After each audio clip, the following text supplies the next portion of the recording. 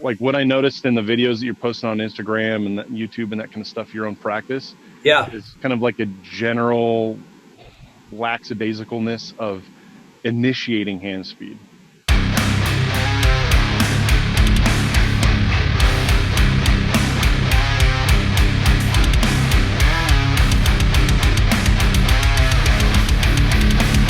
Hey guys, we are back with the second episode of the reboot to getting started in 3-gun, guns and gear.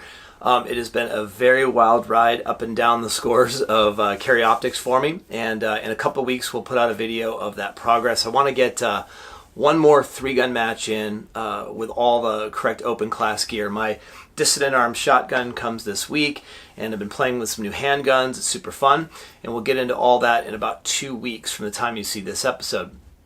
If it's the future, then you can jump right to it now. But I had a really amazing phone call or Zoom call, whatever you want to call it these days, with Charlie Perez. He noticed something very obvious that I wasn't seeing, which is a significant lack of aggression in my practice, and that was translating into my performance as well. So this is all through the lens of a mag change, which is not probably the most important skill. I mean, it's a big skill for us. It certainly looks good on the Instagram, but it is not something we do a ton of. But what was really important about this whole conversation you're about to watch is what he really dug into with me was my aggression and my setup. So it's where things are and how aggressively I make these moves to get to my equipment.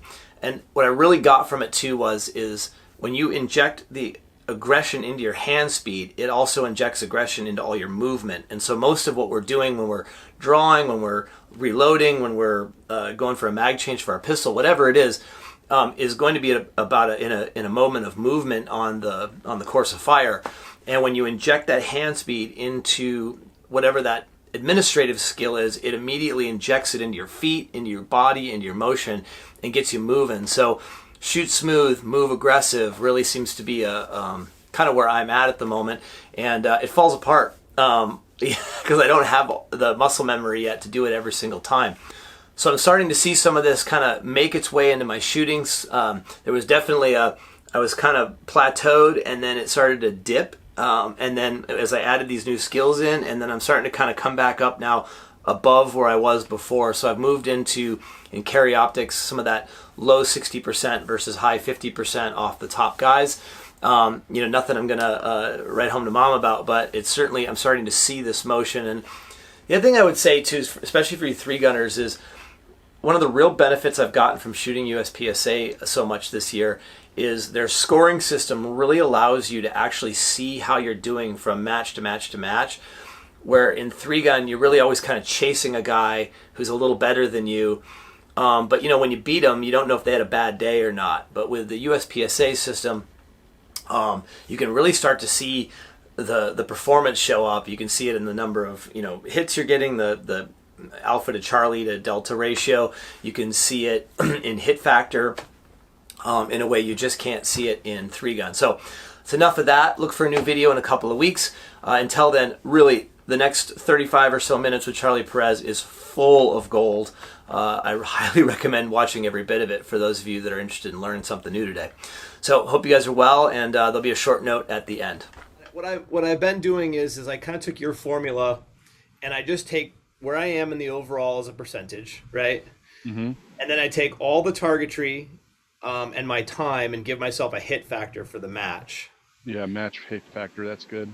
And that helps me really see, because if my hit factor were to go up and my percentage went down, then I would know that it was related to what you're talking about. But it's very clear I peaked and I dropped. Now I'm not freaking out about that, but for the purposes of telling this story online, which the next videos do probably here in a couple of days, the percentage is a useful tool to show. Because I'm going to go out and say I didn't practice like I was practicing for 4 weeks, and here's what happened. Boom, I went down, right? Yeah. So, because I have no shame about that, right? It's just that's what happened. Mm-hmm. So, and then what's really interesting though is that out on the 3-gun range, I am not what I used to be. I'm like all these new skills, all this new stuff going on. I am just, I'm struggling big time. I was like 4th TAC ops on Wednesday night. That's like I haven't been out of the top 3 in years. It just keeps us humble, right? Oh my God, it's bad. If it was So, easy, we'd be doing something else, you know? well, I know what's really funny though is so many people have moved to open in three gun that it used to be the tac ops guys were generally all at the top with maybe one or two open shooters mixed in the top 10. Now Hmm. the top 4 or 5 slots are all open shooters because they're all decent and they're shooting Hmm. open. Cool. So it's cool, it's great. But like we had one stage where it was all cold starts, and there's no way you can beat an open guy with a cold start, right? Because we gotta, and they're just Yeah. so. Yeah, it's fascinating, but it's fun. What I am really enjoying is I'm really enjoying shooting pistol only matches, and I never thought I would. Cool.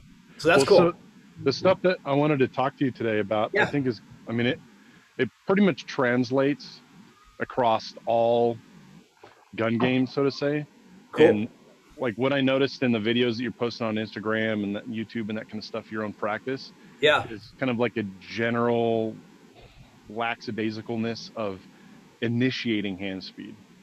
got it. Now, that's different than like maximum speed. Like if I were to move my hand like super fast across something, like I Yeah. could start off really slow and then go fast, Okay. right? So I'm kind of correlating with that where you have this, I got to get going and then I got to move my hands fast. 100%. Where I, I think if you change the trigger, like pun intended, if you change the trigger to as soon as my hand needs to move, it needs to move fast immediately like this. Boom. Okay. Okay. Yeah, I And see it because when I do my reload, I'm like, I go and I get myself all situated, and then as soon as I'm on target, I'm like, then this was fucking Jesus Christ. Then the speed happens, right? yeah. It's all Yeah. good on So video. let me change the angle of my Yeah, computer yeah, cool. and hopefully I can stand in a place where you can see, try to see all the way to my belts. Yeah, Try to stand. Can you see down here? Can you see my can hand? perfect. Okay. So, and can you still hear me good? Hopefully with these Yep, headsets. no, it works. So before we do anything, what I wanted to do is show you like I got a clear gun. Yep, same for Okay. me for the recording. Okay. Good. So just I've been just a quick question for you. So I've been taking my gun right, and with my the striker fire guns, I've been locking my just kind of jamming my gun out of battery. Yeah. I've got So you full can get, trigger access. yes, you get a little bit of tactileness. Yeah. Well, yeah, it literally takes. Then I could run the trigger Yeah. at full tilt. I don't know if that's something you are for or against. Or Ben Steger recommends that in his book, and it's nice because then when you're doing, you can actually take it to the wall. Yeah. Yeah. I mean, whatever tools you need All to right. like, I actually learned a pretty cool thing from Tim Herron when I took his class Yeah. is that he's a big proponent of when he's dry firing, he'll just dry fire on a dead trigger, meaning the Yes. hammer's always down. That way you kind of get used to you're running your finger through the whole action Yes. and not mashing, so to say. Correct. And that way, like if you're doing a drill and you're just running through the whole action of the trigger, it's not something different. Like you get that first click and then the rest is this weird dead trigger thing. Yep. So I've been changing it up a little bit to kind of like not so worry about that one click. Um, the other thing that I really like to do is if I have, so the Atlas guns, like if you can see my hammer's back, I got Yep. about a 2.25 pound trigger. Yep. So I can whap on this thing pretty aggressively, but not drop the hammer. So Yes. I think that's good from a perspective of if you build in a really aggressive transition and you dry fire into a target, but you don't drop the hammer, that's important Got it. because we kind of all get into the mode of let me get over there and just mash the crap out of it, 100%. and so that kind of You're facilitates a riding. little You're bit more riding grace. right on the breaking point there. Yeah, Yeah. I've been. So, Cotter had me doing like all my drills for a while. So just when I was presenting the gun, is coming up and just going so right to the wall, and then the second shot break, right? So you're just like, yeah. and then you Yeah. really have to manage your shooting when you do that. Yeah. This one's 1.5 pounds. Yeah. That's super heavy, bud. And if you ride right there, actually, at that gun, I got to adjust my travel on that one. It walked out a little bit, and I went the other night. So from a hand speed perspective, Yep. it, so I'll do a couple examples of the correct hand speed, and I won't even have my gun in my hands. Got it. I'll just show you the correct hand speed of this hand down and back up. Okay. Okay. Yeah. So I'll just do this a couple times, and I want you to watch the hand speed here. Here we go. 3, 2, 1. Okay. See the hand speed? 3, 2, 1. You see that there, as soon as the hand starts to accelerate, and that's what I was talking about. As soon as my hand needs to go, it's immediately to the proper velocity. Yeah. And there's no lingering in the pouch. Okay. Yep. Now, so this hand speed down to the mag, I like to call this a slap. So if I'm slapping my hand down at the mag and then back up, at that level or the rate of that speed, there's no time to steer this magazine.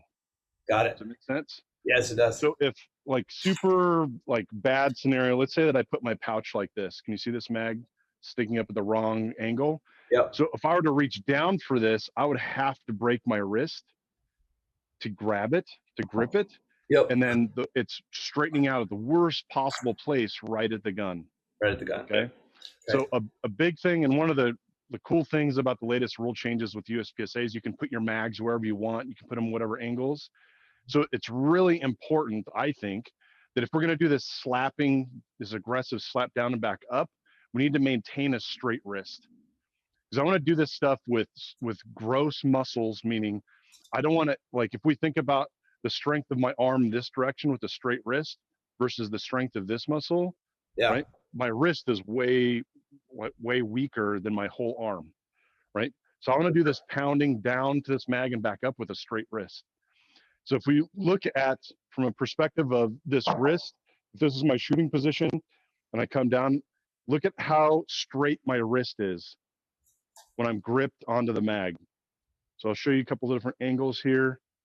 Okay. Now, if you look at your wrist is a little bent. It is. Yep. Right. So this is what, like, anatomically, we're all a little bit different. Yep.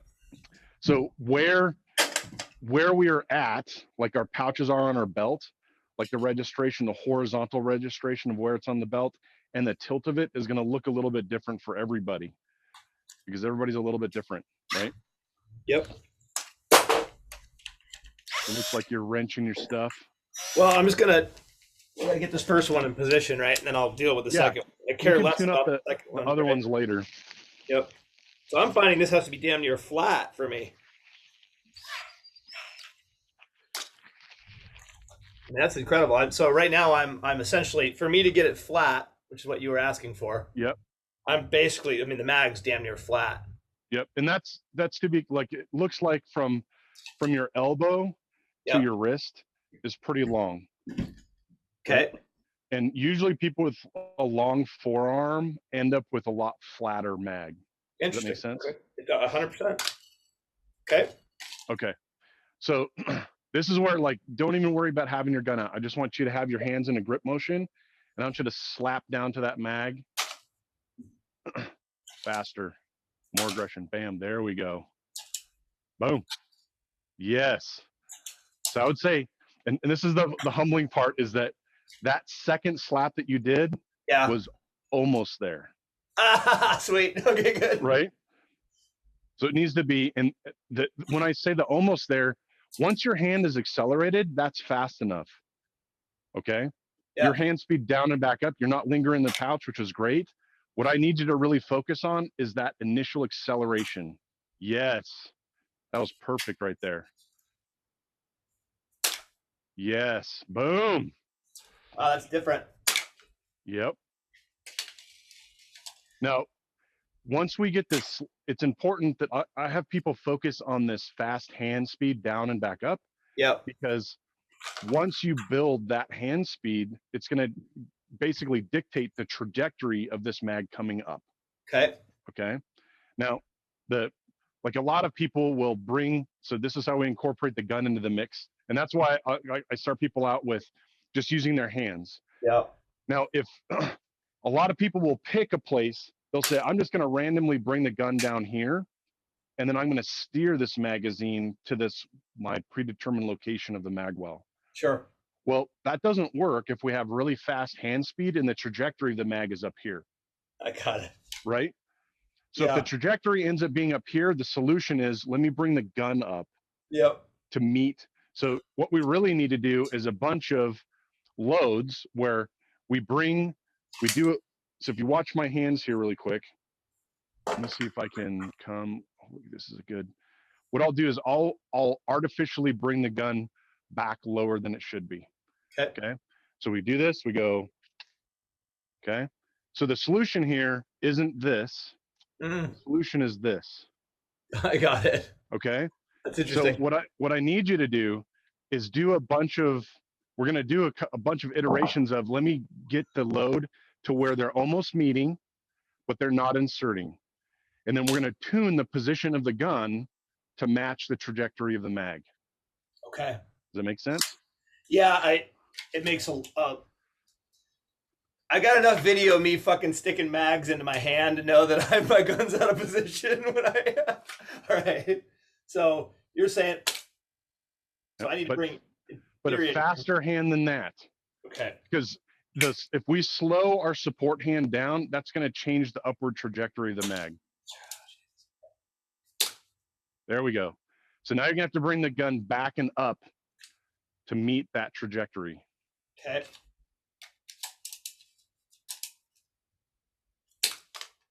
There we go. Pretty close. Really close. Yes. And it's super important that in this training, like I would say that when you're relearning this parking space, yes, I like to say that we want to get the mag to this 80% point, meaning this is the 80%. It's almost in the mag well, but it's not inserted. The mag hasn't cleared the entry of the mag well. Yeah, I got that. And what this does is it basically makes you division agnostic, meaning your gun could have a mag well or not. Yes. And you're still going to be very successful in getting the mag in the gun, because if we have this built-in very minute pause here, that's going to ensure alignment before we seat it. Does that make sense? Yeah. There we go. Now, I don't know if you watch, it's kind of hard to, my picture of myself is super small, so I can't see if you can see me in here. I'm good. So once we get it to load to this point, if you watch my hand speed, we need this to be, okay? Okay. Yes. Okay. That is totally secondary to this slap, and I like to call it the parking position of the gun. Okay. Okay. If you don't figure out the slap and the parking position, the seating is not going to matter because the shit's not going to be lined up. Right? Yeah. There seems to be some good news for me here, because the natural, like my arm feels natural where it's supposed to be, right? Yep. It's a little off there, but all I'm doing is rotating my wrist under, and it forces my elbow to drop. Yeah. And that seems to be just about damn near where I am, which is good because then I can straight to lockout from there in theory, right? Yeah. So the other super hard part to explain this to newer shooters is that they're like, well, let me slow this whole thing down to really like see every little bit of it. Yeah. Well, this is one of the things that's like, you can't learn to run if you don't run, right? You have to do this stuff at full velocity hand speed to figure out where the stuff needs to be. Does that make sense? Yeah, 100%. So what you need to do is have that 100% hand speed to this point, then 100% hand speed to finishing it. Okay. Does that make sense? Yep. I'll live with a complete pause here, because to me, this pause is insurance. Yeah. Right? This is insurance all day long. I want to get the mag in the gun. That's my top priority right now, is get the mag seated. Yep. And if there is misalignment, and I've built this minute little bit of a pause in this load, yeah, then I'm like, I don't care how long I'm running in a stage like this with the gun up and the mag almost inserted, because this will always be rewarded, right? Yes, it will, right? The mag in the gun. Yeah. No, 100%. Because look, what's the worst? The worst thing that can happen, other than dropping the mag, right, is ending up out of alignment, and then you got to fucking Yes. right, and that takes my attention totally off what I'm supposed to be doing. So that brings me to the next point: is that what are we normally doing when we're doing a reload during a field course stage? Moving. We're moving, right? Yeah. And our eyes want to go. They want to gravitate to where we're going, right? Yes. The next shooting position, the next target, the next thing. And we've all done it and seen that person trying to do a reload, and they're like this. Yes. Right. So that the sooner that we can call our load, like instead of calling our shots, we want to call our reload. We can see the mag entering the mag well. Then at that point, we can abandon looking for the mag well and then look to where we want to go. I get it. Does that make sense? 100%. But the smaller we make this window of boom, and then see, and then that will like kind of eliminate that feeling like I'm behind schedule, right? Because as soon as we feel like we're behind schedule, we're going to look at where we need to go. Yeah. And your load's going to be bad. That's usually where some really crappy comment gets loaded up in my head that I may or may not say out loud. Yeah. That's also very helpful. Yeah. Okay, cool.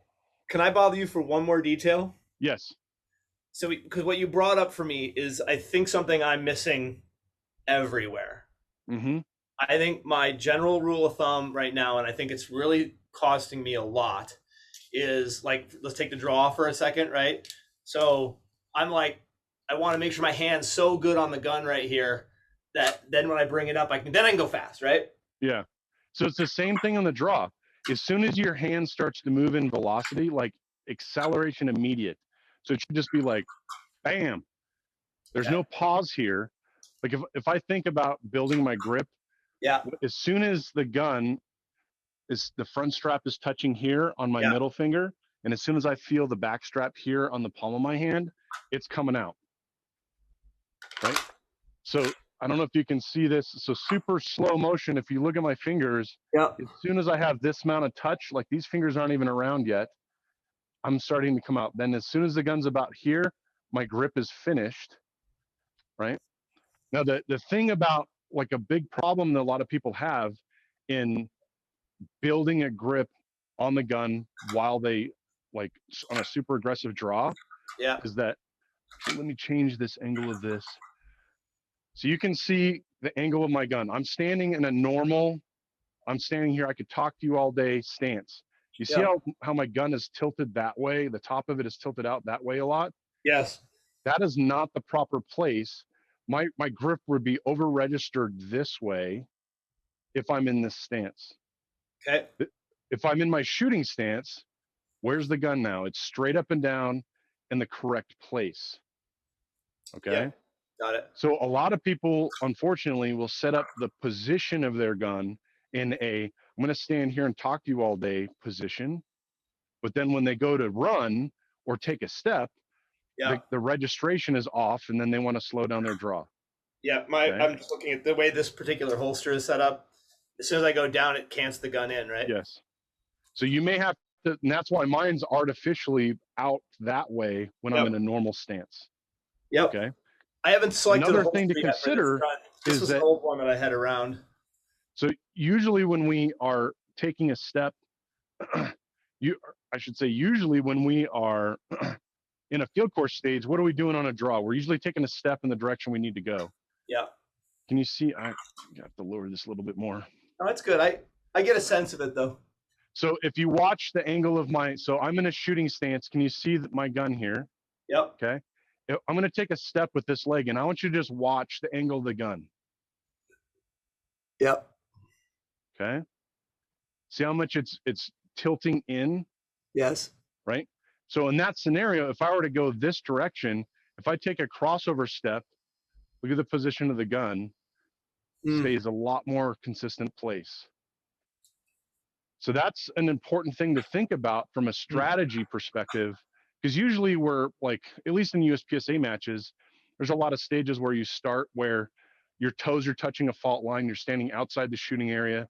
But to get shooting, all you do is take one step into the shooting area, right? Right. So if I were to take that one step into the shooting area, so I'll take a step with my right foot, and you just watch the angle of this gun. Okay. Totally messes it That's, up. yep. So I'll take another step, but I'll take a step with my left leg and watch the angle of the gun. Okay. Fairly consistent there. Yeah. So I have the delay of that initial step to get the draw done before it changes position. Uh-huh. And that's like a common problem that I see that a lot of newer shooters do is that, let's say that the first shooting position is 3 or 4 strides away, right? Yep. If it's 3 or 4 strides away, they do this like, oh, I'm going to just lackadaisically grip my gun and then draw it as I take my steps. Yeah. Well, that adds more opportunity of moving this leg, and then the gun's in a weird place. Got it. So you always have to think of, regardless of how speedy, like there's in most USPSA matches, it's pretty rare that you're drawing straight into your first target. Yes. Where it would require I like to call it like a rocket drop, like super fast hands. Right. But it's also, so in that mindset, a lot of people would think, well, I have 3 strides to go. I don't have to draw it really fast. Well, think about it this way. Our appendages work in tandem from an aggressive perspective. So if I have a really lackadaisical grip on the gun and that kind of thing, Yes. my foot movement is going to be lackadaisical. I got it. So if I have to leave aggressively like this direction, I want to be bam, right? Mm-hmm. If I have fast hands, it's going to be fast feet, because aggression in appendages breeds aggression in other appendages. Yeah, I get it. Okay. Does that This answer your is really question good. about that stuff? What's that? So does that answer your question about this lingering in the holster thing? 100% it does. Yep. Okay. No, because I'm screwing around with like, do I go real deep? Do I set myself up bladed? Because in 3-gun, if I've got my rifle or my shotgun, so I'm still playing around with all these body positions. Yeah. So as my gun, I've tried. Now you're way up front, right? And low, that's a problem because it tilts in. But if I'm standing, weighted on my back leg for my shotgun, then it's actually I haven't figured out. There's going to be a like, it's a death by 1,000 little cuts, and there's a give and take to everything, right? Yes. Yep. So you're gonna have to figure out that good works in most cases position of your stuff. Yep. And just embrace the suck when it's not going to work out, right? Yep. No, I think it's actually further back than I think, because in all honesty, like when I go to like this holster setup right here, which is the 3-gun, and I've got the the retention holster, because here I get way more thumb strength to get that breakout, right? Yeah. And it seems like no matter what position I shoot in back here, I seem to have the most stable straight up and down. Mm-hmm. Where when I come up front, it messes me up everywhere except for in like that first straight on starting position, which we never get to do. Yeah. So any kind of gun handling stuff, you need an injection of hand speed. Like, we can't do fast draws or fast loads without decent hand speed. Yeah. Okay.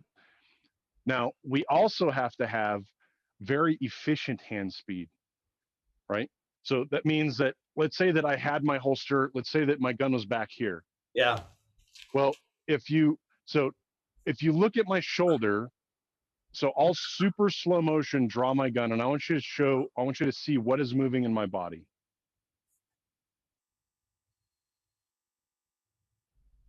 So what body parts are moving here?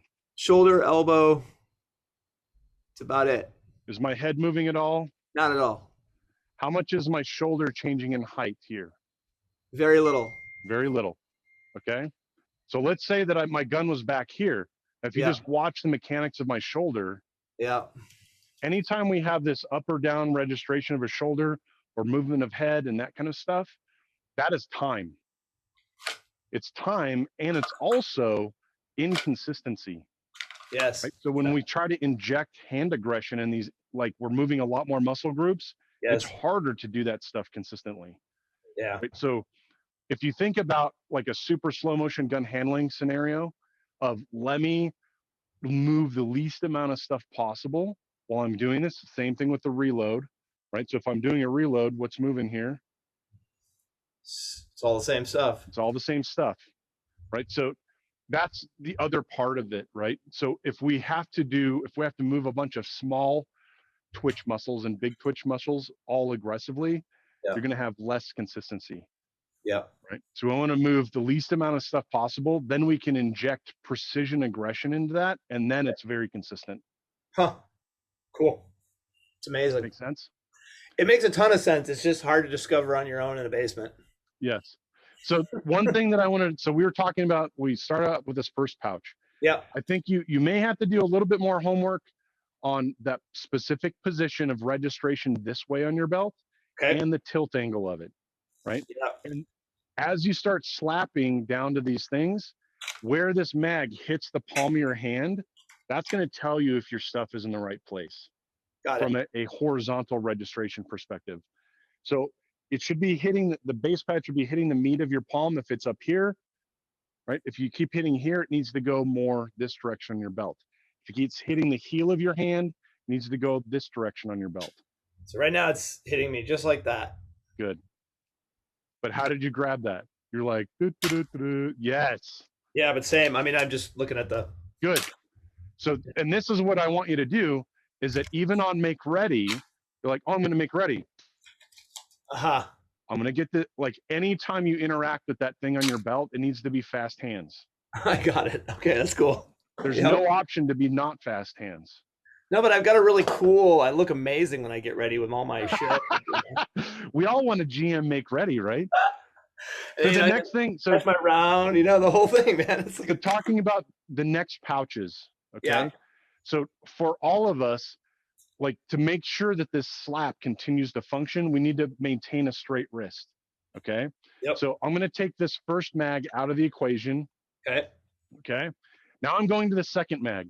So if I'm in a normal stance and I don't change my upper body position, look at my wrist. It's bent. Bent, yep. Right? So the fix for this is this. I'm going to bend a little bit sideways at the waist. Huh. Now look at the wrist. Now it's straight. Now it's straight. Now this is another thing. I want to use big, strong muscles, my core, to do this type of motion very strong, quickly, and precisely, right? So if I'm slapping down to this mag, it should look like this. Whoops. Try one more time. Okay. So that little bit of a tilt away from the pouch and back keeps my straight wrist, and then I can aggressively slap down and back up. Yep. Now, the further back we go in our pouches, so here's my third pouch. Look at my wrist, straight upper body. That's very bent. Now, what I'm going to do is I'm going to lean away. This is where I need to be to get to this pouch. Got it. See how far I'm leaned away? That's amazing. Okay. So, and it's very easy for us. We have time to do this. Yeah. During that slapping motion to make everything consistent. Okay? Especially if we've gone to our third mag, we're probably we've got a little time. Well, and it's part of the division you choose to shoot. Yeah. Like me shooting limited or you shooting carry optics. Yeah.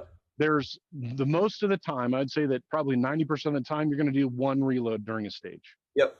So that means that the predominant amount of work, dry fire work you're going to do is to this first pouch. Yeah. Now there are times where maybe strategy wise, it makes sense to do 2 reloads during a field course stage because the round count isn't making sense, that kind of thing. Right. But for me, shooting limited, I can fit 21 rounds in each mag, but I normally only jam 20 in there.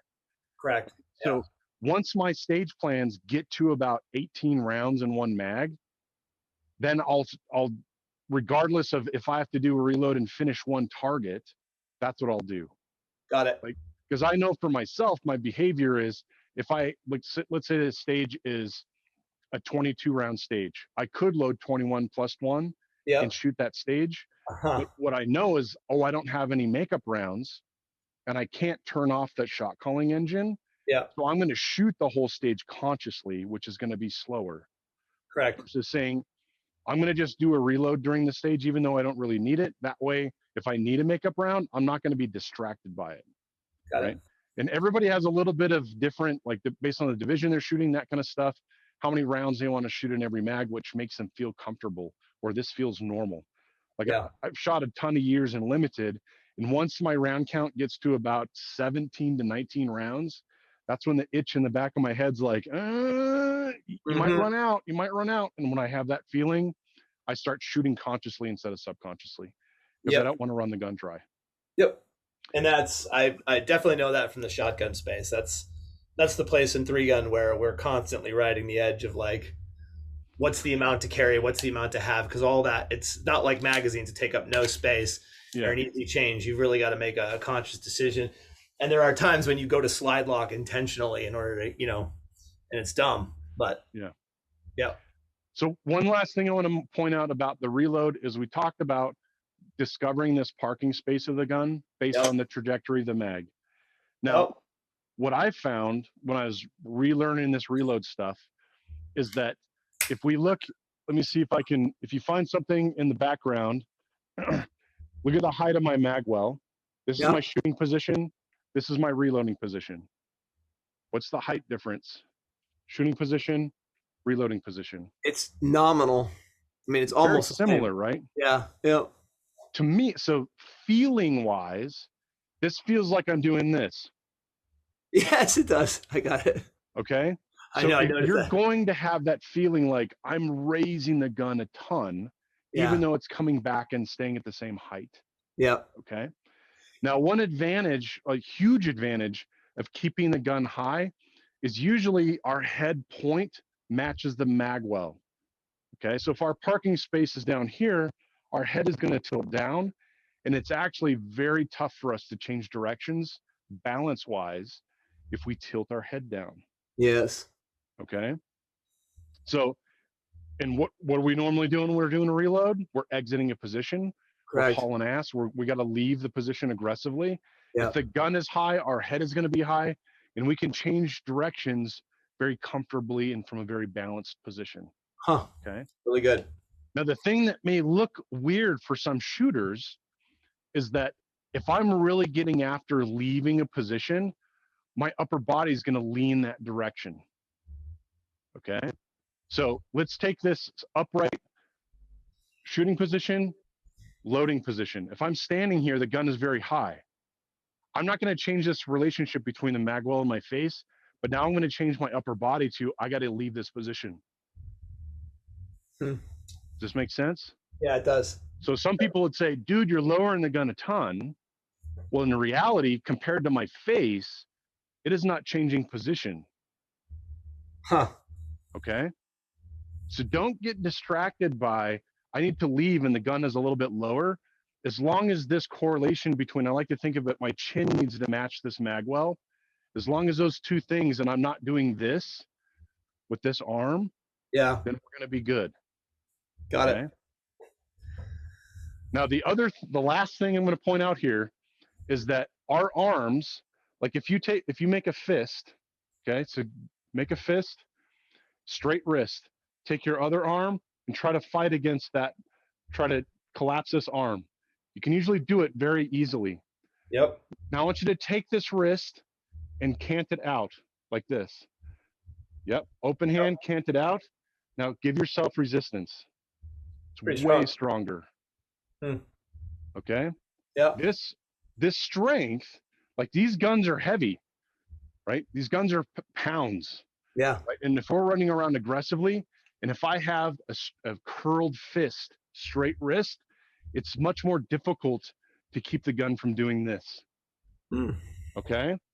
So my normal loading position, so if you look at my hand here, shooting position, loading position, if I were to take my gun out of my hand, look at my wrist. It's in this out position. Strong. So the easiest way to think of it is if you were to point the gun, keep your straight wrist, bring the gun back and just let the gun lay. Yes. So it's going to be somewhere in there, but having the gun lay like that gives us a tremendous amount of free strength to battle this. Weird. That's interesting. Yeah. It also, as soon as you take all that grip strength out for a second, it gives you some, like, I mean, it's very relaxed, right? I mean, it's. Yes. Yeah. Okay. That's, I don't want to say it, like, there's really nothing advanced in this game. It's all just technical stuff. Yes. But I found that having this wrist lay over, it actually matched the registration of the mag this way better. Okay. Yeah. And this is part of, like, everybody's appendages are a little bit different. But the biggest reward that I found out about laying this wrist over is that I didn't feel like I had to muscle the gun to keep it in front of my face, because this generated free strength and it could keep the gun in that position properly. Does that make sense? It does. It does. Now, I don't want to overwhelm you with a bunch of stuff. No. I think the main thing, so for me right now is just like, okay, first of all, no more, right? It's just get on that mag and then find that parking spot and then start experimenting with what I'm doing with my hands while I'm in there, get 80%, like what's happening in my grip, right? Mm-hmm. And then the other thing I would say is I should probably start, once I've got the speed here, right? Is what does it look like to leave this position and do the same thing, right? And absolutely, you need to figure this stuff out stationary first. Yes. And once you figure, like, the best litmus test that I like to do for any of this gun handling stuff, draws and reloads, is that whatever you can do from a stationary position, you should, like, the time, like for a lot of people, it's a shot to shot reload. Right. Whatever you can do stationary, you should be able to do in a step in any direction. Got it. So if I had a step this way, it should be the same time. Take a step this way, should be the same time. That's for draws and reloads. Okay. Okay, so that's your true litmus test. And if, let's say that you're doing a stationary reload and it's X time, let's say it's 1 second, just random numbers here. Say it's 1 second reload, 1 second reload stationary, then you add a step into it. Now it's a 1-2. Right. That means you're adding something, right? And usually that adding something is you start twisting your upper body to where you want to go. Yes. Okay. I got now, it. if I'm doing this slap and I twist my upper body that way, I can't get to my first mag. No. Okay. So it's like, for me, I like to think of it as, for a reload, I'm going to keep my hip and my shoulder together, locked in, until the mag is off the belt. Yep. And once the mag's off the belt, then I can twist my upper body if I have to where I need to go. No, it's all the more reason to get to that thing immediately, right? Exactly. So you want to look like reduce that window of opportunity to have misalignments. Yep. By smacking and smashing down to that next mag as aggressively as you can. Okay. This is amazing. Thank you so much, Charlie. Yeah, buddy. All right, so that is that. That was amazing. Thank you again, Charlie Perez, for taking the time.